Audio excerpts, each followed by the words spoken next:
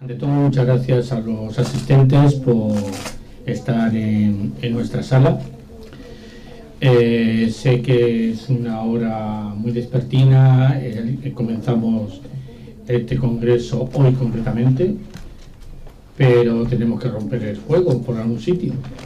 Y es lo que digo yo, que no es la cantidad, sino la calidad.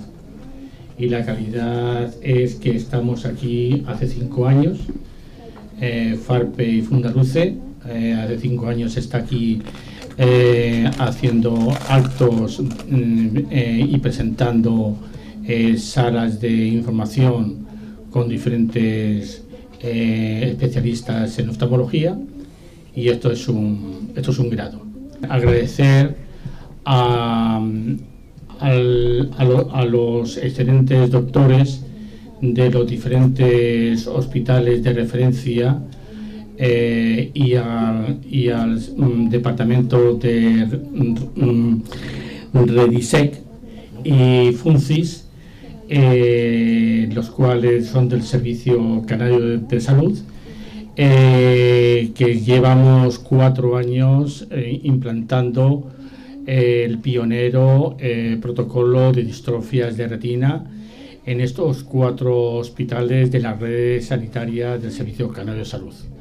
FARPE y Fundaluce llevamos 25 años ya de existencia. Somos una organización que aglutina las 12 comunidades del territorio nacional, con sus respectivas asociaciones de afectados de distrofias de retina, retinosis pigmentaria y algunas sindrómicas. Por esa razón luchamos incansablemente durante 25 años en poder lograr las 17 comunidades. Es muy complicado porque el tema de nuestra patología ya se sabe cómo es. El afectado es muy engañoso y es muy recesivo para participar en estas luchas, ¿no? Este año es el año de las enfermedades raras. Por esa razón, nosotros en FARPE y Fundaluce hemos hecho esfuerzo para que el Ministerio de Sanidad nos recoja 11 reclamaciones de las necesidades más prioritarias de nuestros afectados y familiares. Una de ellas muy importante es una guía clínica a nivel nacional, que todos los excelentes oftalmólogos que tenemos aquí en España sigan un protocolo unísono en cualquier comunidad. Muchas gracias.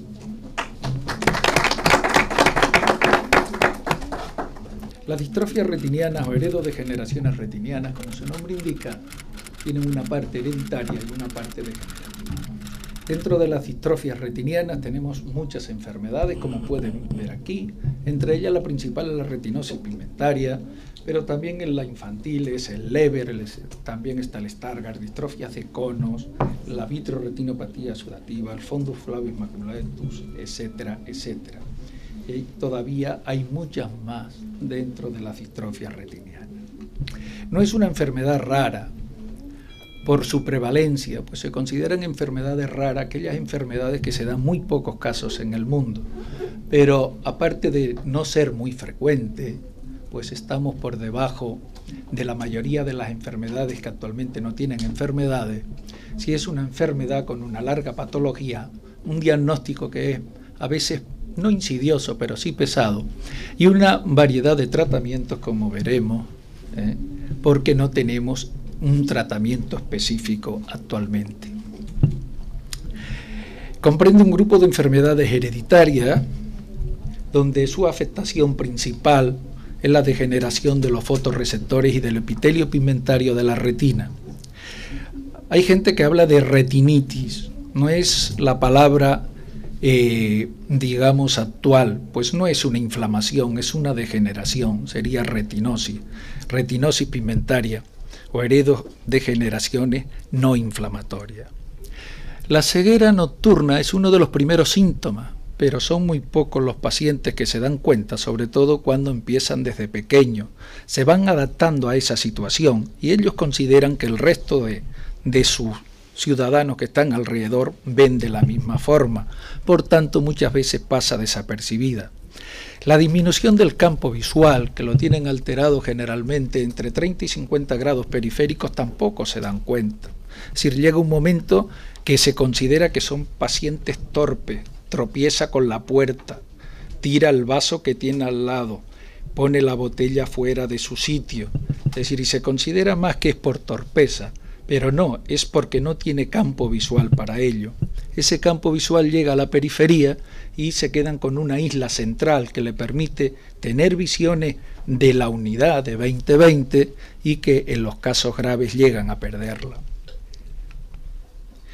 El diagnóstico, como le he dicho, es insidioso. Lo primero es la historia familiar y vean todas las pruebas que ya hablarán los ponentes de ellos que hay que realizar. Se llega desde la agudeza visual hasta la angiofluorescein-grafía, electroretinografía, potenciales evocados visuales, etcétera, para llegar a su diagnóstico.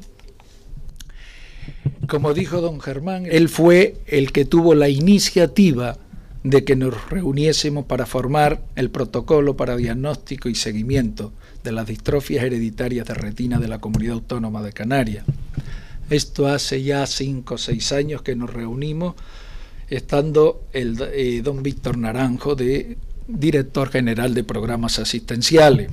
Como ven ahí, está formado por oftalmólogos, por neurofisiólogos y por genetistas que consideramos que son totalmente necesarios para llevar un seguimiento de estas enfermedades. De esto nos hablará del protocolo multidisciplinar sobre distrofia de Miguel Ángel Reyes, de la sesión de vitrorretina del Hospital Universitario de Gran Canaria el doctor Negrín. Pero también estas enfermedades que empiezan desde la infancia a la edad adulta, que existen cambios de fondos de toda la patología ocular, desde la patología del nervio óptico, la patología vascular, la patología retiniana, que encima va asociado con otras enfermedades como pueden ser cataratas, edemas maculares quísticos, etcétera, y que llevan tratamientos asociados, y que también tenemos que tener en cuenta que hay que hacer un diagnóstico diferencial importante. No todos son heredodegeneraciones retinianas. Tenemos que tener cuidado con las enfermedades inflamatorias, como son las enfermedades por rubeola, sífilis, toxoplasmosis, herpes, o también las iatrogénicas por fenotiacina, la cloroquina, etcétera, etcétera. De esto nos hablará, en avances en el diagnóstico y seguimiento de las distrofias retinianas, el doctor Eliseo Quijada, que es adjunto del Servicio de Oftalmología del Hospital Universitario de Canarias y de la Unidad de Vitrorretina. Pero ya como hemos dicho, la parte heredo es la principal que va delante de su diagnóstico. Entonces sabemos que el 70% de estas enfermedades tienen un patrón hereditario. Existen en el momento actual más de 51 genes que han sido implicados. Fíjense lo difícil que es relacionarlo con un solo gen. Esta enfermedad se puede producir de forma simple, aislada, que es la mayoría de las veces, pero otras veces va asociada con otros efectos, a nivel auditivo, a nivel general, a nivel renal. Es lo que se llama heredodegeneraciones sindrómicas. Hay una variabilidad general del fenotipo. Puede ser dominante recesiva o ligada al cromosoma X, que es la más grave de ella. Y hay patrones que se salen totalmente de esto, es decir, la misma mutación genética puede causar diferentes patrones, lo que se llama la pleiotropía fenotípica, o múltiples anomalías genéticas dan lugar al mismo síndrome, lo que se llama la heterogeneidad alélica. En el tratamiento, pues ahí tienen todo tipo de tratamiento que ya nos hablarán, que va desde el genético a chip electrónico, lo que ahora está de moda, que son las células pluripotenciales, las células madre, trasplantes de epitelio pigmentario, fotorreceptores, tratamientos médicos para actuar sobre el edema macular, etcétera, etcétera, o tratamientos, digamos, paliativos, como es las ayudas visuales, las vitaminas, los suplementos nutricionales, los DHA, los famosos omega 3 que tanto están de moda, la terapia hiperbárica, etcétera, etcétera. De esto nos hablará la doctora María del Mar Trujillo Martín, sobre la efectividad y seguridad de las alternativas terapéuticas disponibles en la retinosis pigmentaria. La doctora Trujillo es técnico de la Fundación de Investigación y Salud, FUNSI, es de la Red de Investigación de Salud de Enfermedades Crónicas y doctora en Ciencias Químicas por la Universidad de Sevilla. Y como ha dicho don Germán, el 29 de septiembre es el Día Internacional de la Retinosis Pigmentaria, donde su eslogan, científico más pacientes unidos por una visión de futuro, lo veo muy adecuado. FARPE publica un manifiesto el día 29, como ha dicho él, donde yo he cogido los puntos principales que me han gustado y que los voy a leer. Punto 1, una elaboración de un mapa real de los especialistas y centros de referencia en distrofias de retina, con la colaboración de todas las comunidades autónomas, dotándolas de financiación suficiente para garantizar su calidad y sostenibilidad. El punto 2, que se impulse la investigación en distrofias de retina a través de los centros de referencia. Que se publique una guía práctica clínica a fin de garantizar la atención efectiva de las familias con distrofias de retina en cualquier punto de la geografía española. Que las unidades de referencia estatales trabajen en estrecha coordinación con los hospitales y centros de salud a nivel local para garantizar la calidad de la atención en la etapa de diagnóstico y seguimiento, a la vez que permitirá evitar los desplazamientos de los afectados, disminuyendo el impacto económico, familiar y social de las personas con distrofias retinianas. Y por último, que se logre el apoyo del INSERSO en la homogenización de los criterios de valoración a la discapacidad en las enfermedades retinianas en las comunidades autónomas. Yo me uno a esta reivindicación. Bueno, buenos días a todos. Yo en primer lugar, como no podía ser de otra manera, quería agradecer al amigo Germán López y al doctor Pedro Abreu, por supuesto, su amable invitación a participar en esta mesa con todos ustedes. Yo voy a encargarme de hablar del protocolo para el diagnóstico y seguimiento de los pacientes con distrofias de la retina en la Comunidad Autónoma de Canarias. Estamos hablando de un protocolo, como ya adelantó anteriormente el doctor Abreu, que nace en el año 2007 gracias a la reunión entre los responsables de los servicios de oftalmología de los 4 grandes hospitales, junto con el servicio de oftalmología de la Candelaria y la unidad de genética del Hospital Materno Infantil de Las Palmas. Todo ello coordinado y planificado también con la Dirección General de Programas Asistenciales del Servicio Canario de Salud. Gracias a ellos se plasma este protocolo que vamos a explicar a continuación. Pero antes de entrar en detalle, quería recalcar, como ya adelantaban anteriormente, que dentro del capítulo de las distrofias de la retina, una de las características que yo quería resaltar es la enorme heterogeneidad genética que existe. Es difícil intentar una correlación genotipo-fenotipo en la mayoría de este grupo de patologías, hasta tal punto que una misma mutación, como ya adelantaban, por ejemplo, la mutación del gen ABCA4 es capaz de provocar una enfermedad de Stargardt, es capaz de provocar un fundus flebimaculatus, o incluso si se expresa de forma total es capaz de provocar una forma de retinosis pigmentaria típica. Y al revés, diferentes mutaciones en diferentes genes pueden manifestarse también de una forma fenotípica idéntica. Ello explica la alta complejidad que existe no solo en el diagnóstico, sino fundamentalmente en la clínica, sino también fundamentalmente en el diagnóstico molecular. La utilidad de este protocolo tiene fundamentalmente una aplicación clínica, ayuda a realizar un diagnóstico intentando que sea lo más precoz posible. La monitorización, la posible monitorización de estos pacientes nos va a favorecer también el tener una valoración pronóstica, que es algo que preocupa y mucho al paciente y a los familiares que le rodea. Además, también es fundamental intentar conocer el subtipo genético, porque sabemos que dependiendo de ello se va a manifestar de más o menos severidad. Conseguir un consejo genético es algo que es también inherente al protocolo. Estamos hablando de pacientes en edad fértil que quieren tener descendencia, que quieren saber qué riesgo tienen de transmitir su enfermedad a sus descendientes. Y por último, y no por ello menos importante, gracias al registro de estos pacientes y el estudio molecular que realizamos, se abre una futura utilidad terapéutica, puesto que sabemos que la terapia génica es el futuro más prometedor que existe en el tratamiento curativo de esta enfermedad. La primera aproximación, por lo tanto, diagnóstica que tenemos con estos pacientes que nos remiten como grupo de riesgo porque tienen clínica compatible con distrofias, pues consiste en realizar, como siempre en medicina, una adecuada anamnesis familiar. Indagamos sobre signos y síntomas sindrómicos que pueden estar acompañantes y realizamos una exploración ocular lo más completa posible, donde incluimos retinografía, campo visual, pruebas electrofisiológicas orientadas en función de la patología que creemos que tiene el paciente, test de colores y otras pruebas opcionales como puede ser la autofluorescencia, la tomografía de coherencia óptica y ya, aunque cada vez se usa menos, la angiografía fluoresceínica. Aquí les pongo imágenes de pacientes que son prototipos de pacientes que nos llegan a las consultas. En este caso, la imagen típica de una retinosis pigmentaria, que es una distrofia retiniana extensa, como ya se ha adelantado. Pero a veces las distrofias tienen un predominio fundamentalmente central, como en estos dos casos de pacientes, uno con enfermedad de Stargardt y otro con fundus maculatus, que es una variante del Stargardt, pero que se manifiesta de una forma diferente. A veces la patología está en capas más externas a nivel del epitelio pigmentario y vemos pacientes como este con una distrofia viteliforme de Best, o incluso ya se afecta más el complejo epitelio pigmentario coriocapilar y vemos grandes atrofias del polo posterior como este paciente con una distrofia curoidea areolar central, con la cual tenemos que hacer diagnóstico diferencial con múltiples patologías que dan un cuadro fundoscópico muy similar.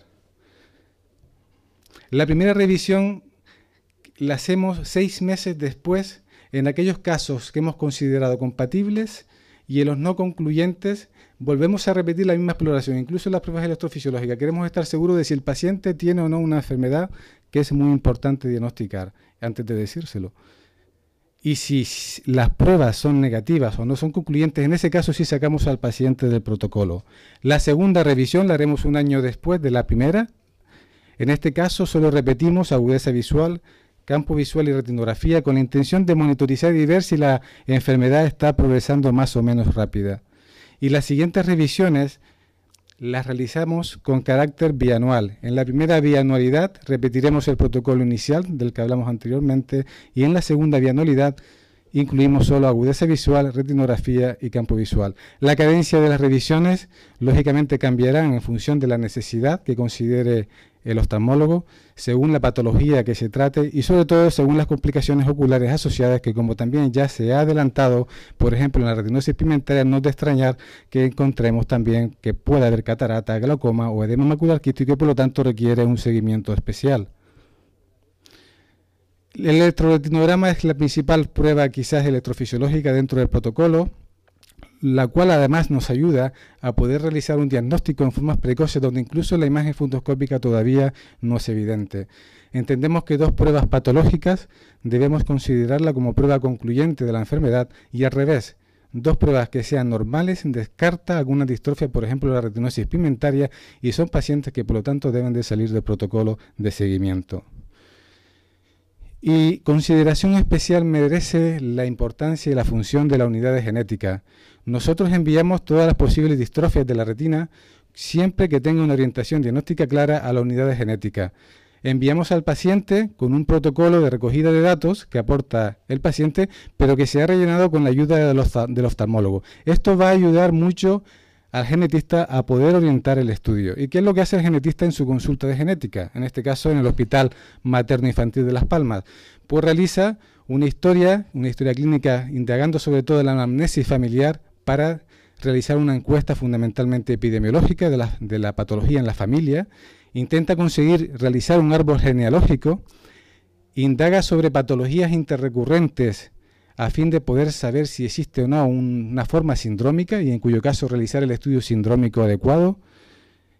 Establece en la medida de lo posible siempre que se pueda el patrón de herencia, lo cual es fundamental para poder realizar un asesoramiento genético que, como decía, es de vital importancia en muchos pacientes que están en edad fértil. Y además esto nos va a facilitar algo que tiene, en mi opinión, mucha importancia, que es la posibilidad de detectar familiares de riesgo que de otra forma no serían diagnosticados de forma precoz. Y en esto por eso quiero indagar qué es lo que hace el genetista. Cuando ve un patrón familiar más o menos claro, él incluso ya nos remite a los familiares que considera que hay que valorar a la consulta de oftalmología, donde nosotros valoramos a esos pacientes. Si la exploración oftalmológica es positiva, por lo tanto, lo incluimos en el protocolo. Si es negativa, nos aseguramos de que realmente el electroretinograma sea normal o patológico, en cuyo caso, si es patológico, sí entraría en este protocolo, y si es normal, sale, salvo que aparezcan nuevos síntomas.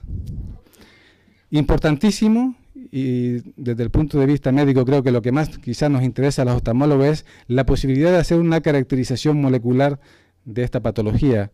A todos los pacientes, bajo su consentimiento informado, se les ofrece la posibilidad de extracción sanguínea para enviar el ADN a la Fundación Jiménez Díaz, que nos sirve como centro de referencia coordinador a nivel nacional para el estudio genético. Además, se le explica al paciente que esto le da la posibilidad de que se abra un mundo, un campo abierto para la posibilidad de realizar estudios multicéntricos y ensayos clínicos donde ellos a lo mejor podrían participar. Los resultados que hemos obtenido en este protocolo desde que se inició en el año 2007 es el siguiente. Los casos índice o afectos de la enfermedad remitidos para estudio han sido un total de 163 pacientes, a los cuales se han hecho a todos el estudio genético. Solo quedan 19 pacientes pendientes del resultado.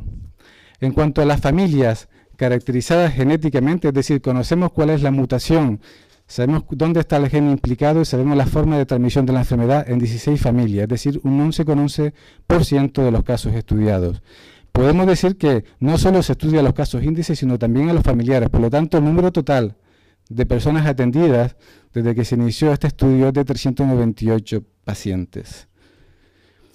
Si analizamos los casos afectados remitidos por hospital, podemos observar cómo es en el Hospital Universitario de Canero, donde mayor número de pacientes se han remitido para el estudio genético, seguido por el Hospital Insular de Las Palmas y a la par la Candelaria y el Hospital Negrín. Yo creo que en esta diferencia quizás está la gran labor que hace el doctor Quijada en cuanto a la unidad y seguimiento y centralización de todos estos pacientes.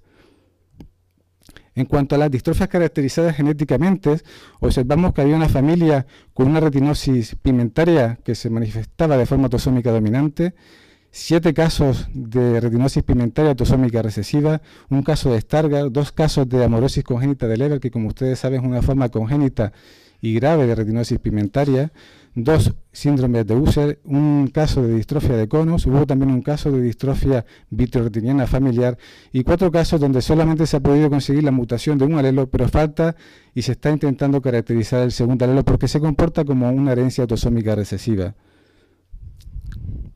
En resumen, podemos decir que el prototipo más frecuente de paciente que nos llega a esta consulta, digamos que es el paciente que llega con un diagnóstico de retinosis pigmentaria, lamentablemente en fases avanzadas de la enfermedad, con una forma de presentación simple que es la más frecuente, no sindrómica. Ya dijimos que tiene una gran variabilidad genética y fenotípica. El diagnóstico genético en el mejor de las series se ha alcanzado hasta un 30 y 50% en esta enfermedad. En España se calcula que estamos hablando de en torno a 10 o 13.000 afectados con retinosis pigmentaria con sus diferentes tipos de herencia donde predomina la autosómica dominante. En nuestro estudio predominó la herencia autosómica recesiva. El 50% de los pacientes que llegan a la consulta aparecen con esta enfermedad de forma esporádica, es decir, no tienen claro que haya un antecedente familiar.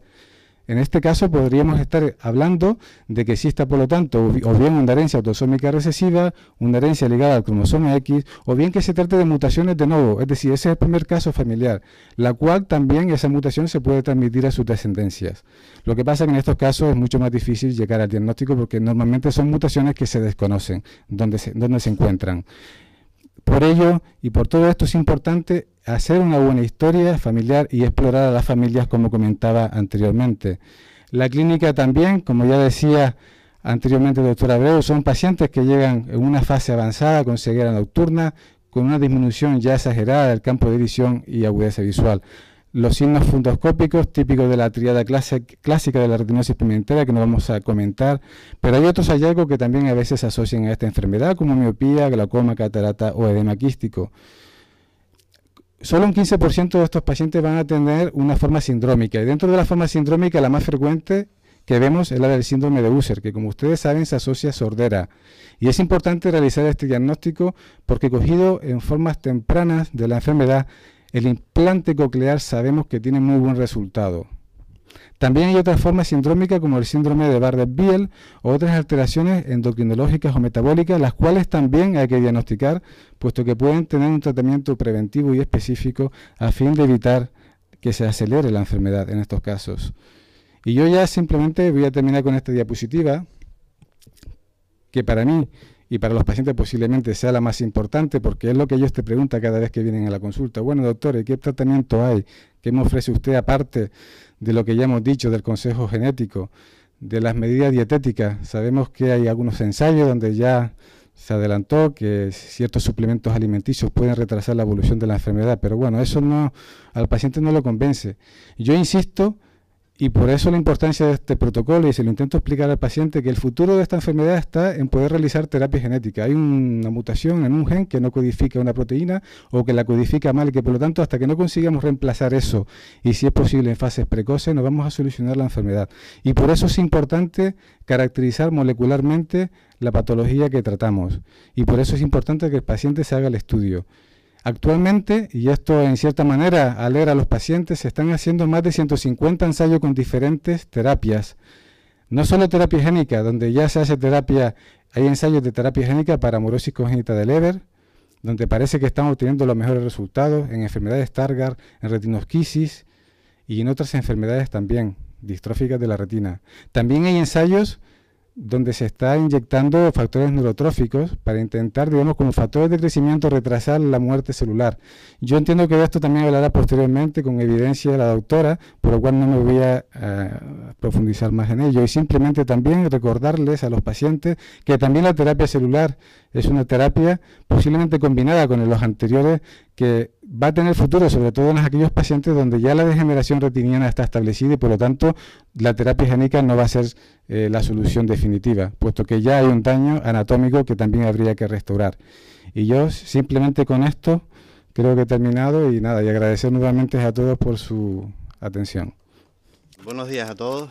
Primero que nada agradecer tanto a don Germán López como al doctor Pedro Abreu la amable invitación que nos han hecho para participar en este simposio y tratar de hacer un esbozo de las posibilidades diagnósticas y de seguimiento que tenemos hoy en día en este tipo de enfermedades.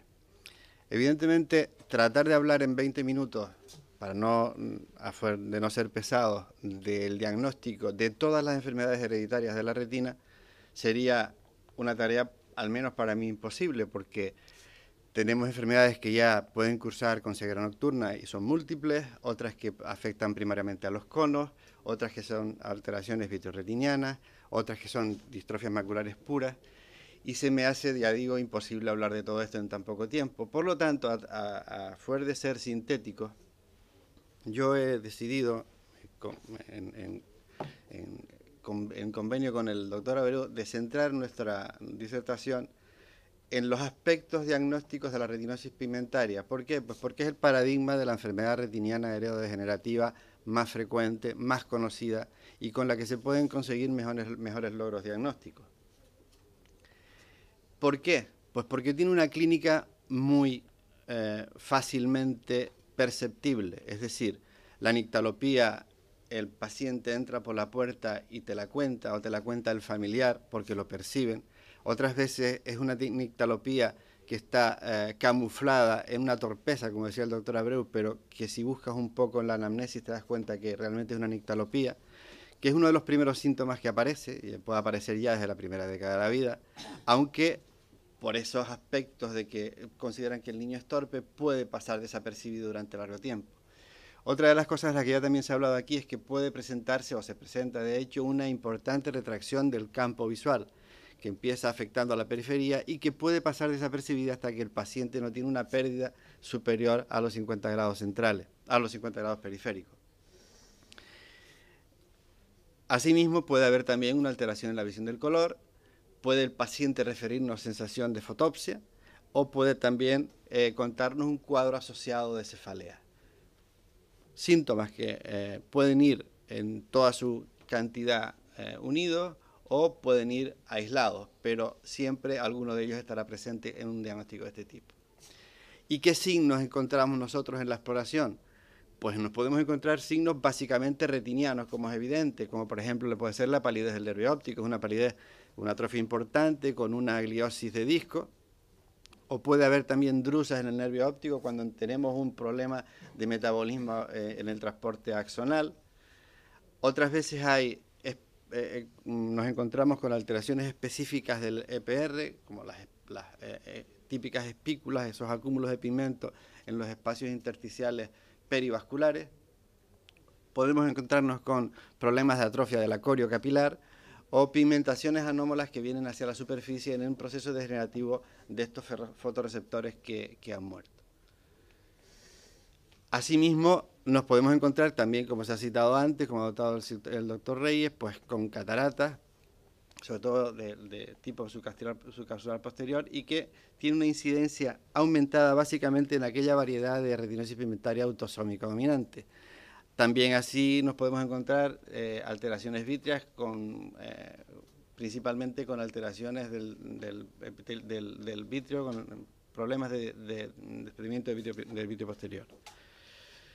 Bien, eso es lo que básicamente nos encontramos en la clínica diaria sin tener que entrar en estudios más sofisticados. En la escalera diagnóstica de la retinosis pigmentaria, el siguiente paso es entrar ya en lo que atañe básicamente al oftalmólogo en un primer paso. Y como es de suponer, lo primero que tenemos que hacer es una anamnesis cuidadosa, haciendo hincapié tanto en la sintomatología y en los signos que hemos visto en el paciente, como en los antecedentes familiares que pueda tener de familiares directos o un poco más alejados de sintomatología similar. Tenemos que buscar errores de refracción, pues no olvidemos que la miopía y el astigmatismo a veces van ligadas a las formas de retinosis pigmentarias ligadas al cromosoma X, ya ha sido esto descrito por algunos autores, y también tenemos que hacer un estudio básico de visión del color con test específicos de los cuales citaremos luego cuáles serían los mejores, aunque bien es verdad que esta alteración de la visión del color puede alterarse tardíamente si no se afecta la mácula de forma precoz. En cuanto a una prueba diagnóstica que puede ser bastante orientativa en aquellos casos que, como decía el doctor Reyes, nos pueden presentar alguna duda para decidir si hacemos luego estudios electroretinográficos o no, está la curva de la adaptación a la oscuridad, la optometría. Cuando el paciente no lo aclara, cuando el familiar no aclara si realmente lo que están percibiendo es una anomalía en la visión nocturna, cuando nosotros no tenemos una exploración clínica muy determinante con signos claros de que hay sospecha fundada de que podemos estar ante una retinosis pigmentaria, cuando esto ocurre, esta prueba nos ayuda a descartar o a confirmar la ceguera nocturna, y si se confirma, esto ya da pie, abre las puertas a que sigamos con la exploración de una manera más dirigida, sobre todo hacia los estudios electrofisiológicos. Y son estos, los estudios electrofisiológicos, el siguiente paso cualitativo en el diagnóstico. Es decir, es el que casi nos va a dar más datos de tranquilidad, dicho esto con comillas, porque la tranquilidad es tener un diagnóstico. No es una tranquilidad porque es una enfermedad pues severa que puede tener unas consecuencias nefastas, como es de suponer. Estas pruebas pueden ser múltiples. Básicamente la fundamental es el electroretinograma de campo completo, y en él nos podemos encontrar diferentes patrones. Un patrón de bastones conos, en función de cómo se afectan, en qué secuencia se afectan, o un patrón de conos bastones, en una relación aproximada, según algunos autores, entre un 59% y un 41%. Informa, como es de suponer, del estado de los fotorreceptores, tanto de una forma aislada como de una forma conjunta. Nos puede dar información que si la seleccionamos bien podemos hacernos una idea de cómo están ambas poblaciones de fotorreceptores.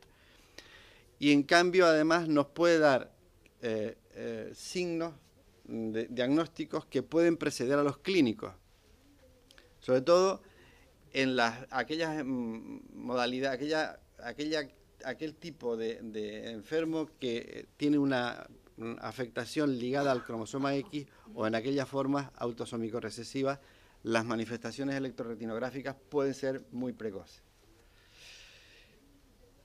¿Qué otras cosas hay que tener en cuenta a la hora de valorar un electroretinograma completo? Hay que sacarle el jugo al electrofisiólogo. Yo no lo soy, evidentemente, yo soy oftalmólogo y hay cosas que se me escapan, pero sí tengo que estrujarle para que me diga si la respuesta que él ha percibido, que me aclare bien si es una respuesta de disminución en exploración escotópica, que es más precoz, o si está afectándose también en fotópica, porque eso me habla de mayor o menor gravedad. Hay autores que incluso dicen que el electrofisiólogo tiene que ser muy cuidadoso desde que ya empieza a hacer los primeros electroretinogramas, porque hay autores que defienden que electroretinogramas después de los 6 años que sean normales hacen que se ponga en duda el diagnóstico de retinosis pigmentaria. Es decir, que, como decía el doctor Reyes, el electroretinograma puede ser muy determinante, por ejemplo, para sacar a un paciente de un protocolo de seguimiento y dirigir los esfuerzos a otros pacientes que sí que tienen una clara sintomatología correspondiente a una retinosis pigmentaria. Hay que tener claro también que la relación pigmento-electroretinograma no tiene que ser enfermedad, así como tampoco la relación pigmento-campo visual. Pero la relación campo visual-electroretinograma afectado sí que tiene un gran peso específico a la hora del diagnóstico.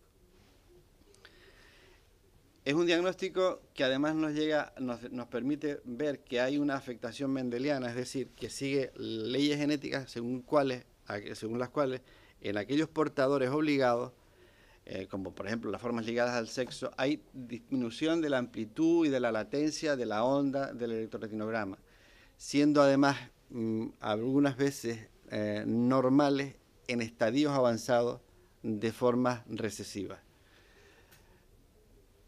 Se puede decir que puede haber unas pérdidas anuales en un proceso evolutivo que pueden estar entre un 16 y un 18,5%. Aparte del electroretinograma de campo completo, tenemos otro tipo de electroretinogramas más específicos y mejor dirigidos, como pueden ser los electroretinogramas en patrón, que están claramente indicados cuando hay sospechas de enfermedad macular y que, si los asociamos a los potenciales evocados visuales, nos permiten un buen diagnóstico diferencial con enfermedades del nervio óptico y de la mácula. Y un electroretinograma que nos puede dar mucha información y sobre todo información incluso hasta topográfica de las zonas de mayor incidencia de la patología es el electroretinograma multifocal, que mide, como decimos, topográficamente la función retiniana central y asociado al campo visual en estudios de comorbilidad permite separar el componente retiniano de la afectación. Este electroretinograma también nos es útil en el diagnóstico diferencial de la patología retiniana hereditaria o adquirida antes que en el estándar del electroretinograma de campo completo, que este puede ser normal. Como decía el doctor Abreu en su disertación, hay múltiples pruebas electrofisiológicas, pero que quizá, centrándonos en esta patología que yo he cogido como modelo, no son tan fundamentales. Entre ellas encontramos a los potenciales oscilatorios, que pueden estar conservados si la agudeza visual se mantiene en el tiempo, y el electrooculograma, que suele ser inferior a lo normal si se hace un buen electrooculograma con las dificultades que tiene, y que no todos los centros lo pueden realizar en condiciones adecuadas, pero no obstante es una prueba de poca utilidad, al menos hoy por hoy. Entonces, ¿cuándo está indicado plantearnos un estudio electrofisiológico?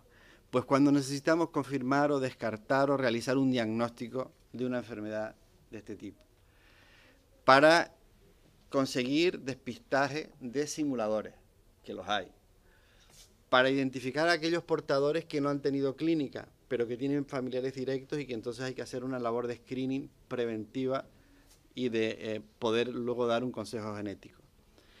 Para poderles dar al paciente de una manera más o menos aproximada un pronóstico de visión, de la evolución de la visión central, para diagnosticar otro tipo de patologías, como puedan ser las retinopatías neoplásicas, y también, como se decía antes, para tratar de hacer una caracterización fenotípica de un genotipo que hemos localizado en el estudio genético, así como para identificar patologías especiales como las llamadas, aquellas que están asociadas a la ausencia de onda B, lo que se conoce como un electroretinograma negativo, porque tiene una morfología diferente la onda, como pueden ser los cuadros tóxicos o los cuadros de oclusiones de la arteria central de la retina o de otro tipo. Han irrumpido, afortunadamente para los pacientes y para nosotros, nuevos estudios, nuevas exploraciones diagnósticas gracias a los avances que se han experimentado. Y entre ellos hay que destacar, cómo no, a la tomografía de coherencia óptica. Hoy en día se ha convertido en una exploración obligada. ¿Por qué? Pues porque hay una alta prevalencia de edema macular quístico y porque, teniendo un estudio pormenorizado de la mácula, podemos tener idea de cómo va a ser la evolución de la capa de fotorreceptores, sobre todo en el área central. La angiofluorescein-grafía también tiene su papel, porque hay alteraciones vasculares. Aunque no añada una información muy importante en cuanto a evolución, sí se puede apreciar el efecto pantalla que puede producir las espículas de pigmento, y además de eso, podría también apreciarse una hiperfluorescencia en los tiempos tardíos del angiograma. Y otra prueba que ha irrumpido y que tiene que desarrollarse más, a mi modesto entender, es la autofluorescencia. En la retinosis pigmentaria, por ejemplo, se puede observar un anillo parafoveolar hiperfluorescente que nos dice que las áreas que entran dentro del mismo son áreas funcionantes. Entonces también nos puede ayudar a ver cómo está evolucionando la zona central retiniana y hacer un pronóstico de evolución visual. Estudios quizá menos sofisticados, pero que no podemos olvidar, son las pruebas de visión cromática, y en ellas siguen siendo los mejores test los de Farnsworth, tanto el 28 como el 100, como el 15 de saturado. El 15 de saturado es importante porque no son vistos en los estadios intermedios o avanzados, sino tienes que pillarlos mucho tiempo antes. Es el eje tritán el más que se afecta. No obstante, los 15 desaturados son una práctica clínica, al menos en mi hospital, bastante rara. ¿Por qué? Pues porque los que tenemos, yo creo que dejan mucho que desear. Pero los autores que los defienden los ponen como un buen test a tener en cuenta. La fluorofotometría es una vieja técnica que, por ejemplo, en mi hospital no se hace, pero que hay autores que la defienden porque dicen que con ella pueden detectarse con tiempo alteraciones en la barrera hematorretiniana y parece ser que hay una mayor incidencia en pacientes afectos y portadores de las formas ligadas al cromosoma X, que, como se ha dicho anteriormente, son las más graves. Y también, y eso es muy fácil de hacer, esta sí que es fácilmente comprobable, se puede hacer un test de sensibilidad al contraste en el que puede haber disminución de la sensibilidad incluso antes de haber disminución de la agudeza visual. ¿Y con qué tenemos que hacer diagnóstico diferencial? Pues, como decía antes el doctor Abreu, con tóxicos, como puede ser la retinopatía cloroquínica, en la que no se aprecian espículas, y la atrofia del nervio óptico tiene otras características, no es esa atrofia sérea típica de la retinosis. También la tioridacina, en la que tampoco se aprecian cambios pigmentarios y en la que no nos encontramos con disminución de la agudeza visual nocturna, no hay nictalopía. En la afectación sifilítica, aquí el diagnóstico diferencial es fácil, porque si tenemos un diagnóstico de sífilis, pues es un dato a tener en cuenta, teniendo además claro que la nictalopía es más leve y además hay asimetría en esta nictalopía. Por su frecuencia hay que tener en cuenta, no olvidarnos de las retinopatías paraneoplásicas, las cuales tienen un curso mucho más rápido en su evolución, y los cambios pigmentarios son leves o incluso no existen cambios pigmentarios. Y en la retinopatía traumática, no lo olvidemos, que es una patología frecuentísima en nuestro medio y sobre todo en nuestra especialidad, en la que puede haber una atrofia del epitelio pigmentario retiniano postraumático, en la que puede haber una migración superficial del pigmento, pero la pérdida de visión no es progresiva, como ocurre en una degeneración de este tipo. Se estabiliza y además de eso ocurre en el ojo afecto. Bien, hemos acabado el escalón diagnóstico en cuanto a pruebas habituales que nosotros los oftalmólogos podemos realizar en nuestros servicios hospitalarios. En este caso, el de lo que hemos dicho hasta ahora, en combinación directa con el electrofisiólogo. El siguiente paso ya forma parte del estudio genético. Ahí entra el genetista en juego. Por eso comparto la idea que se ha mantenido aquí de que esto tiene que ser un estudio multidisciplinar que haga efectivo el protocolo que se ponga en marcha. Como se ha dicho hasta ahora, la retinosis pigmentaria es muy heterogénea. Hay diagnosticados claramente 23 genes con 14 locis implicados en las diferentes formas. Como se ha dicho también, puede aparecer aislada, puede aparecer dentro de un cuadro sindrómico con diferentes tipos de herencia, autosómico dominante, recesiva, ligada al cromosoma X, lo que le da un plus de gravedad, o pueden ser formas digénicas o pueden ser formas mitocondriales. O incluso, como decía el doctor Reyes, podemos encontrarnos con una mutación de novo, que sea la primera afectación de la enfermedad en una familia y que sea una mutación que luego se vaya a heredar. ¿Cuál ha sido el antes y el después dentro de los estudios genéticos? Pues el genoma humano, la catalogación del genoma humano. Ha permitido detectar genes responsables, ha permitido no solo detectar genes, sino aprender a conseguir técnicas de secuenciación que hagan que las mutaciones sean más fácilmente detectables. Además de que estas elaboraciones de estrategias son más fáciles y permite pues identificar genes candidatos. ¿Y qué son genes candidatos? Pues son aquellos genes que por función, por estructura o por localización tienen algún papel en alguno de los tipos de desarrollo, en alguno de los tipos y en el desarrollo de las enfermedades, de las variantes de la retinosis pigmentaria. Hay categorías dentro de estos genes. ¿Según qué? Según lo que codifiquen. Hay algunos que codifican proteínas para la transducción, otros para la transcripción, otros estructurales, otras son proteínas de transporte, otras son proteínas de función desconocida. Fíjense, estamos entrando en una cantidad de variables que hacen que realmente sea una labor ardua y complicada llegar a un diagnóstico.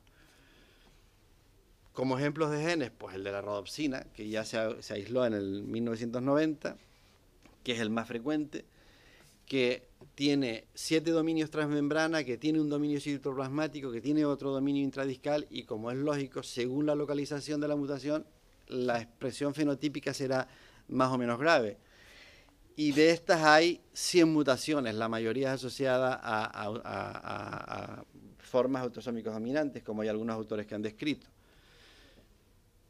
Complejo, es evidente que es complejo. Hay otros genes como el de la periferina, que ya este fue aislado un año después, es el más frecuente que localizan los trabajos americanos. Se localiza concretamente en el cromosoma 6, tiene también varios locis y tiene una codificación, produce una codificación de proteína implicada en la estructura de los discos, y también hay 30 mutaciones asociadas a retinosis pigmentaria autosómica dominante con este gen. Produce también distrofias maculares, tanto la areolar central como la patrón, el patrón, con vitoriforme, y también una retinosis puntata albis. Y otros genes, no pretendo ser muy prolijo, como el NRL o el GNRP1, descritos ya y localizados en diferentes cromosomas y que también pueden codificar alteraciones en diferentes proteínas, incluso en algunas proteínas de función desconocida. Así pues, yo creo que ¿por dónde va el seguimiento del diagnóstico? Pues va por la genética molecular, que, como digo, en los últimos años ha conseguido muchos logros, que ha permitido identificar muchos genes, con los cuales hay grupos de trabajo que alcanzan un 25% de diagnóstico y algunos superiores, en función del microchip que estén utilizando.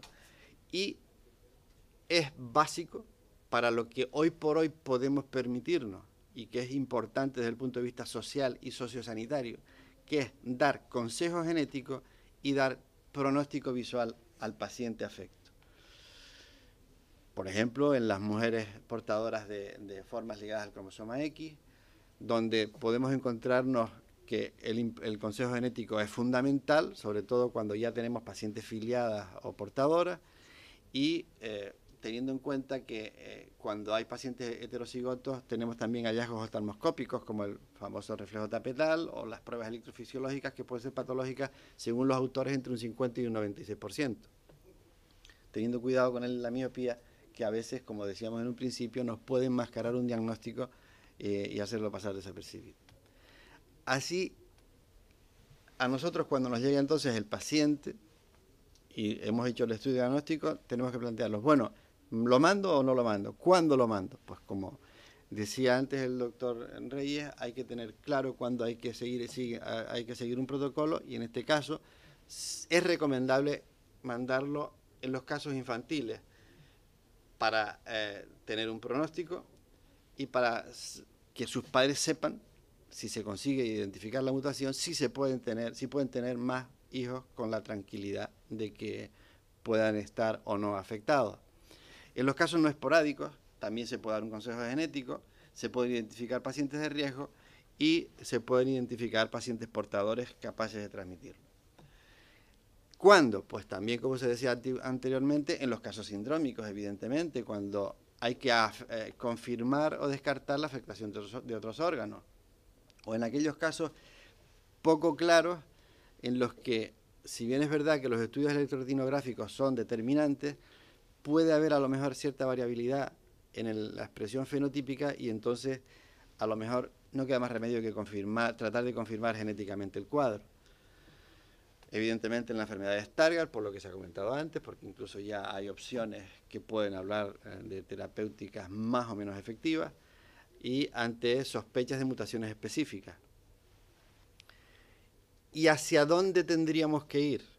¿Por dónde parece ser que van los caminos? Pues parece ser que claramente hacia el nanodiagnóstico.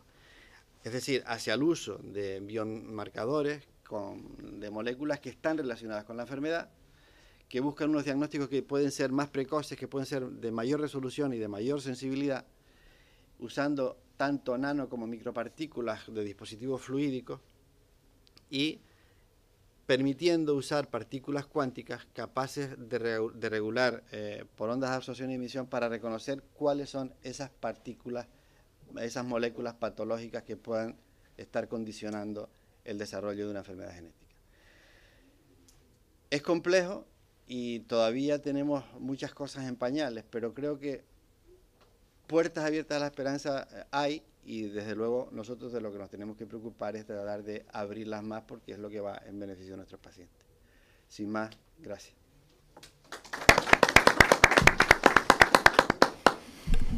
Buenos días a todos. Quiero empezar agradeciendo a Germán Fuentes su invitación. Agradecer a Germán Fuentes su invitación para estar hoy aquí. Quiero decirles que los que nos dedicamos a la evaluación de tecnologías sanitarias no solemos presentar los resultados de nuestros estudios personalmente en foros como estos clínicos, sino que lo solemos dejar para otros autores de nuestros estudios, especialistas en las condiciones médicas, ¿no?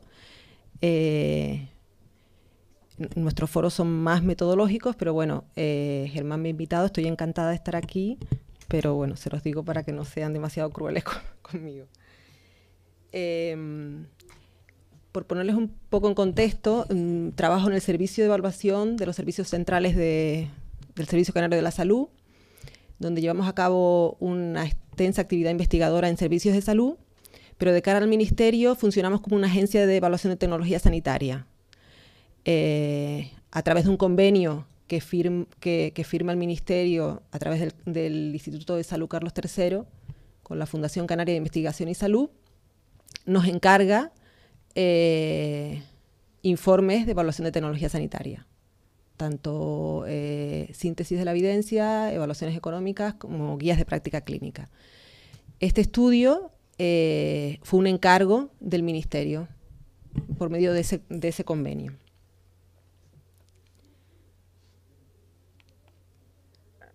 Bueno, pues como ya se ha hablado aquí, la retinosis pigmentaria es un grupo de trastornos oculares crónicos, generalmente de carácter hereditario, donde se produce la afectación de las células fotorreceptoras y también del epitelio pigmentario.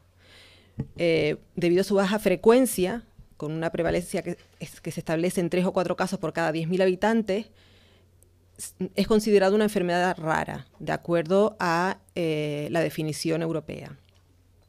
Como suele ocurrir con este tipo de enfermedades, no existe base científica suficiente sobre la efectividad y seguridad de los tratamientos disponibles, lo que produce unas variaciones en las decisiones terapéuticas por parte de los profesionales sanitarios para hacer frente a esta enfermedad, lo que se vive de manera muy negativa por parte de los pacientes. Entonces, los objetivos de nuestro estudio era identificar y sintetizar las pruebas científicas que había sobre la efectividad y seguridad de los diferentes tratamientos disponibles para la retinosis pigmentaria típica e informar del estado actual de la investigación en la búsqueda de nuevas terapias. La metodología que usamos fue una revisión sistemática de la literatura con una consulta previa a pacientes afectados por retinosis pigmentaria. Bueno, pues la consulta a pacientes tenía el objetivo de explorar las experiencias y perspectivas que tienen los pacientes con respecto a la enfermedad en el contexto español, ¿no? Para ayudar al diseño de la estrategia de búsqueda de la literatura y evaluar hasta qué punto la investigación realizada hasta el momento aborda los problemas que son importantes para ellos, ¿no? Utilizamos para esta consulta un cuestionario autoadministrado semiestructurado con preguntas abiertas y cerradas, y se distribuyó, gracias a la ayuda de FARPE y Fundaluce, por correo electrónico, correo postal, y también se hizo en las consultas de determinados profesionales sanitarios. Y la información que queríamos obtener era la trayectoria asistencial, los tratamientos recibidos, los problemas que ellos perciben asociados a su enfermedad y las necesidades de salud y de información con respecto a su tratamiento y atención, ¿no? Bueno, tengo que decir que no tuvimos mucho éxito con la consulta, tan solo obtuvimos 13 respuestas. Y bueno, un poco contarle las características de esta pequeña muestra. La mitad mujeres y hombres, una edad comprendida entre 6 y 66 años. 4 de ellos tenían una pérdida de visión mayor o igual al 90%. La mayoría, el diagnóstico, habían sido diagnosticados antes de los 20 años, 8 participantes y 4 antes de los 10. Todos habían, el único profesional sanitario que los había atendido era el oftalmólogo, salvo en uno que había intervenido también un genetista. Y bueno, 5 pacientes consultados tenían otras patologías asociadas, ¿no? Como retraso psicomotor, diabetes y sordera bilateral. Un solo paciente había recibido tratamiento de rehabilitación y psicológico, coincidía en el mismo paciente. Bueno, ¿y qué obtuvimos? Pues debido al alto porcentaje de pérdida de visión, las mayores preocupaciones para ellos son las limitaciones en el desarrollo de las actividades cotidianas y la disminución en la calidad de vida, lo que produce una deficiente inserción sociolaboral, ¿no? Además, manifestaban que era importante para ellos, si no curarse, por lo menos frenar la enfermedad. Y bueno, también señalaron como importantes aspectos psicológicos como la autoestima y la aceptación de la enfermedad. Y por tanto, consideraban que el tratamiento psicológico podía ser importante para ellos. Bueno, para la revisión de la literatura, la fecha de búsqueda fue febrero de 2011. Eso quiere decir que ya han pasado 2 años y medio desde la búsqueda y es posible que se hayan podido publicar, bueno, con seguridad, estudios que se hubieran podido incluir, ¿no? Estas son las bases de datos electrónicas que utilizamos y también consultamos fuentes de literatura gris. O sea que hicimos un gran esfuerzo por no dejarnos fuera ningún estudio importante. La estrategia de búsqueda contuvo tanto términos controlados como en términos en texto libre. Bueno, pues los estudios que buscábamos eran aquellos que evaluaran la eficacia, efectividad y o seguridad de cualquier tratamiento, dispositivo o intervención quirúrgica para pacientes con formas típicas de retinosis pigmentaria. No fuimos nada exigentes con el diseño de los estudios porque sabíamos, ya hemos hecho estudios en otras enfermedades raras y adivinábamos lo que nos íbamos a encontrar, y entonces incluíamos diseños tanto experimentales como observacionales. Solo excluimos casos aislados y series de casos de menos de 3 pacientes y con un seguimiento inferior a 6 meses. Las medidas de resultado, por lo menos tenía que haber una variable clínica, medida de manera objetiva, y buscábamos estos resultados de calidad de vida relacionados con la salud y las medidas que habían sido identificadas como importantes para los pacientes.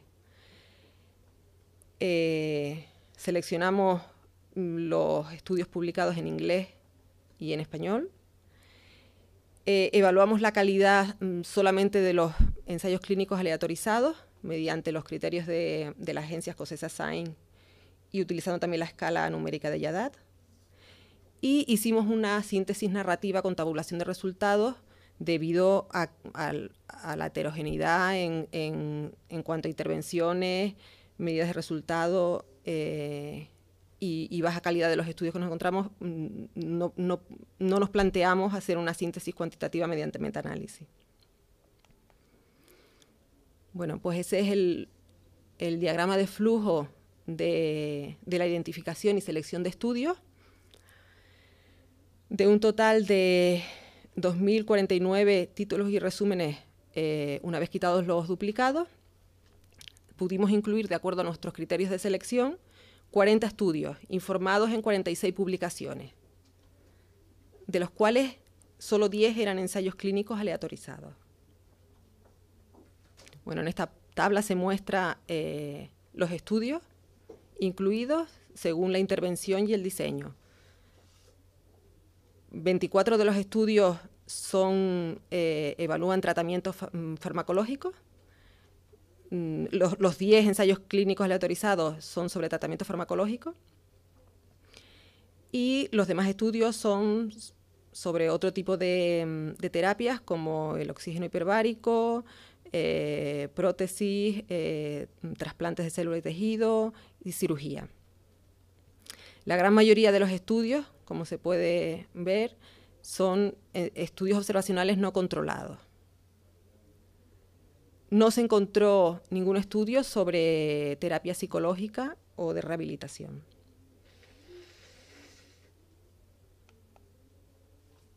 Bueno, pues en general, los estudios tienen un tamaño de muestra muy pequeño, desde 3 pacientes, la mayoría sobre 10, muy pequeño. En cuanto a los ECA, la calidad es en general medio-baja, solo 3 superan los 45 pacientes aleatorizados. Los estudios presentan una gran heterogeneidad en las variables primarias, lo que produce que no se puedan comparar muy bien los resultados entre los estudios. 33 de los 40 estudios dan resultados de seguridad. Los 10 ensayos clínicos aleatorizados dan resultados de seguridad. Y en cuanto a resultados autopercibidos por los pacientes, ninguno evalúa la calidad de vida relacionada con la salud. 3 estudios evalúan los cambios en la realización de actividades de la vida diaria relacionados con la visión a través de cuestionarios. 2 de ellos cuestionarios estandarizados y validados, otro no da información, y 19 estudios evalúan la función visual autovalorada, aunque tampoco informan muy bien de la manera, están bastante mal informados. Algunos estudios evaluaron los tratamientos para complicaciones asociadas a la retinosis pigmentaria, como es el edema macular quístico, las cataratas y la miopía. Bueno, pues ahora de manera resumida les paso a contar los resultados de los tratamientos donde las pruebas científicas son un poco más robustas. En un solo estudio publicado en 1993, se evalúa la efectividad de los suplementos orales de vitamina A y vitamina E en un ensayo clínico aleatorizado multicéntrico de calidad media, donde se aleatorizan 601 pacientes a 4 grupos. Un grupo donde los pacientes toman suplemento de vitamina A, un grupo que toman vitamina E, un grupo que toman ambas vitaminas y un grupo control. El seguimiento establecido es de 4 años, pero debido a que hubo problemas de reclutamiento de los pacientes, como suele haber en este tipo de enfermedades, se pudo seguir a pacientes hasta los 6 años, algunos pacientes. Pues en la medida de resultado principal se obtuvo una tasa de descenso anual de la amplitud de la respuesta de conos del electrorretinograma más lento cuando se combinaron los grupos que tomaron vitamina A y no en los demás. Después el cambio en el área del campo visual y la disminución de la agudeza visual, no hubo diferencias significativas, y también se obtuvo una mejora de las actividades rutinarias utilizando la visión. A raíz de este estudio se recomendó por parte de muchos clínicos y de alguna institución la suplementación diaria con vitamina A de 15.000 unidades internacionales al día en pacientes adultos con formas típicas de retinosis pigmentaria, pero con control médico. Sin embargo, este estudio fue muy discutido, no solo por utilizar como punto final resultados del electrorretinograma, sino por la seguridad. Ya había cierta evidencia de toxicidad de la vitamina A. Sin embargo, el mismo estudio, los mismos autores publican 6 años después la seguridad a largo plazo, con un seguimiento de 12 años, en el grupo que tomaba solo vitamina A y en el grupo control, mediante un cuestionario sobre síntomas de toxicidad y determinación de parámetros de función hepática. Y obtuvieron que después de los 12 años, el grupo con vitamina A tenía aumentado un aumento del 18% de la concentración sérica de retinol, significativa, pero no se superó en ningún caso el límite superior normal. Y en el grupo control no se obtuvieron cambios. Además, no se presentaron síntomas o signos clínicos de toxicidad en el hígado, atribuibles al exceso de vitamina A. Es curioso cómo, a pesar de estos resultados positivos, no se han publicado posteriormente otros estudios para fortalecer o rebatir estos resultados. El ácido docosahexanoico, un ácido omega 3, las pruebas principales provienen de 2 ensayos clínicos aleatorizados, con una calidad aceptable, con 4 años de seguimiento cada uno. En el primero se aleatorizaron los pacientes a una dosis de ácido docosahexanoico de 400 miligramos al día o a placebo, pero no se obtuvo diferencias significativas entre los grupos en ninguna de las medidas de resultado utilizadas, ni en la principal ni en la secundaria. En el segundo estudio, con una muestra mayor, además ambos grupos recibían suplemento de vitamina A, el suplemento estándar, y tampoco se obtuvieron resultados significativos. Para la luteína se pudieron incluir también 2 ensayos clínicos aleatorizados. El primero de ellos, un ensayo clínico cruzado de 4 meses de seguimiento, donde se utiliza como medida principal el cambio en la agudeza visual, pero sin embargo no se informa de los resultados de esta variable y no se obtienen diferencias significativas en el resto de variables secundarias.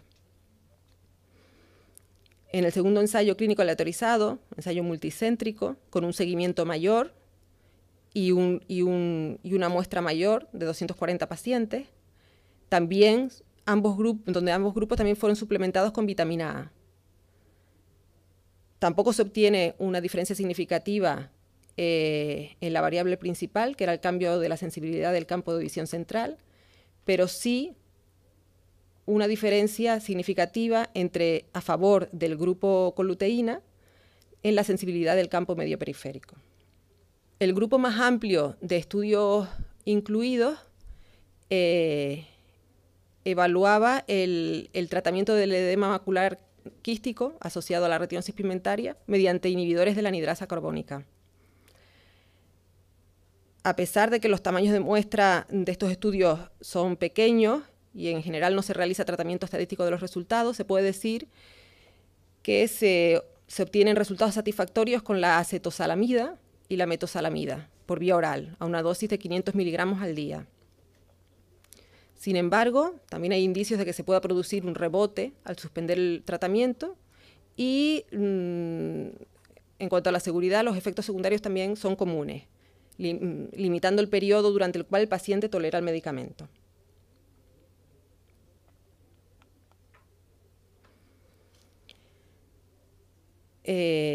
Ya sin ser ensayos clínicos aleatorizados, en cuanto al oxígeno hiperbárico, hay dos estudios del mismo equipo de investigadores italianos, publicados con 10 años de diferencia, en el que son ensayos clínicos no aleatorizados, que utilizan el mismo protocolo de tratamiento de oxígeno hiperbárico y que ambos obtienen resultados significativos a favor del grupo tratado con oxígeno hiperbárico. En el primero de ellos, el grupo control no recibe tratamiento y en el segundo, con una muestra mayor, los pacientes en el grupo control reciben vitamina A. Eso en cuanto a los tratamientos con cierto grado de evidencia. Por último, les quería presentar otros tratamientos alternativos que han sido objeto de una intensa investigación en los últimos años y contarles un poco los estudios que pudimos incluir, aunque son muy débiles metodológicamente.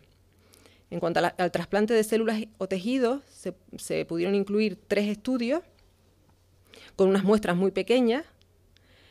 En 2 de ellos se trasplantan células progenitoras neuroretinales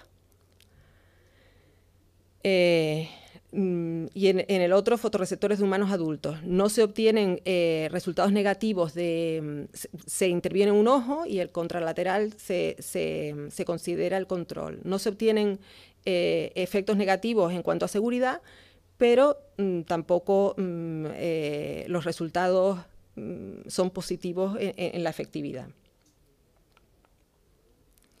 Y en cuanto a los dispositivos electrónicos, también se incluyeron 3 estudios con diseño antes-después, unas muestras de 6, 3 y 6 pacientes. En uno se implanta un microchip de silicona en el espacio subretiniano, en el otro una prótesis epirretiniana y en el último un dispositivo inalámbrico que se implanta durante 4 semanas y se quita. Aquí sí que hay algunos indicios de efectividad y tampoco hay problemas graves de seguridad. Las conclusiones que se pueden sacar con con lo que nos hemos encontrado es lo que ya todo el mundo sabe, ¿no? Que hoy en día, de acuerdo a las pruebas científicas, no existe un tratamiento eficaz definitivo que pueda prevenir o curar la retinosis pigmentaria o revertir la pérdida de visión, y que las estrategias que se utilizan son para frenar el proceso degenerativo y para el tratamiento de complicaciones. Existe una gran heterogeneidad de estudios sobre la seguridad y eficacia de los tratamientos, pero la calidad de estos estudios es escasa. En general, los estudios existentes no abordan las preocupaciones y necesidades expresadas por los pacientes en la consulta que realizamos. La suplementación con vitamina A ha demostrado ser efectiva para retrasar los efectos de la enfermedad y se podría recomendar a una dosis de 15.000 unidades día bajo supervisión médica. Otros suplementos como la luteína han mostrado algunos efectos beneficiosos, pero se necesitan más estudios para confirmarlo e identificar a aquellos pacientes que se puedan beneficiar de este tratamiento. La acetosalamida y la metosalamida pueden ser útiles en el tratamiento del edema macular quístico asociado a la retinosis pigmentaria, pero no hay evidencia todavía suficiente, no hay pruebas científicas, y hay indicios que se pueda producir rebote al suspender el tratamiento. Y los problemas también que dijimos de seguridad. Otros tratamientos farmacológicos que se han ensayado, como el de Flazacor, ácido valproico, ranibizumab, triamcinolona y tartrato de brimonidina, muestran algún efecto beneficioso en alguna medida de resultado, pero sin embargo las pruebas son muy limitadas y no se han publicado estudios posteriores. Existe cierta evidencia de que la terapia a largo plazo con oxígeno hiperbárico mejora la función visual. Distintas prótesis retinales probadas en un número muy pequeño de pacientes han obtenido resultados positivos, pero la investigación todavía está en un estadio muy preliminar. Los trasplantes de células retinianas son técnicamente posibles, pero su efectividad aún no está sustentada por pruebas científicas suficientes. Y como siempre se concluye en estos casos, se necesitan estudios de mayor calidad metodológica, ensayos clínicos aleatorizados bien diseñados, con muestras mayores y periodos de seguimiento mayores, que se homogeneice las medidas de resultados para que se pueda comparar los resultados, que se tenga en cuenta la perspectiva de los pacientes en el diseño de estos estudios, incluyendo medidas de resultado importantes para ellos. Y para acabar, decir un poco los objetivos de la investigación que se está llevando a cabo actualmente. Hasta ahora, en estos estudios que les he contado, no se ha tenido en cuenta el trasfondo genético de la enfermedad, debido a dificultades en el diagnóstico genético, que ya hemos visto aquí, y constituye actualmente todavía un reto.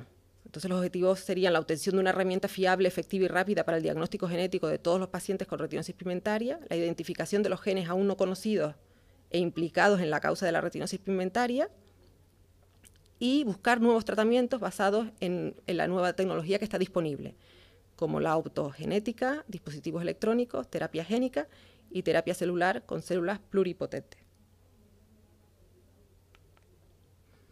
Por último, estos son el resto de autores del estudio, y que este estudio está publicado por el Ministerio en forma de informe, con formato de informe, y se puede consultar en la página web del Instituto de Salud Carlos III y en la nuestra.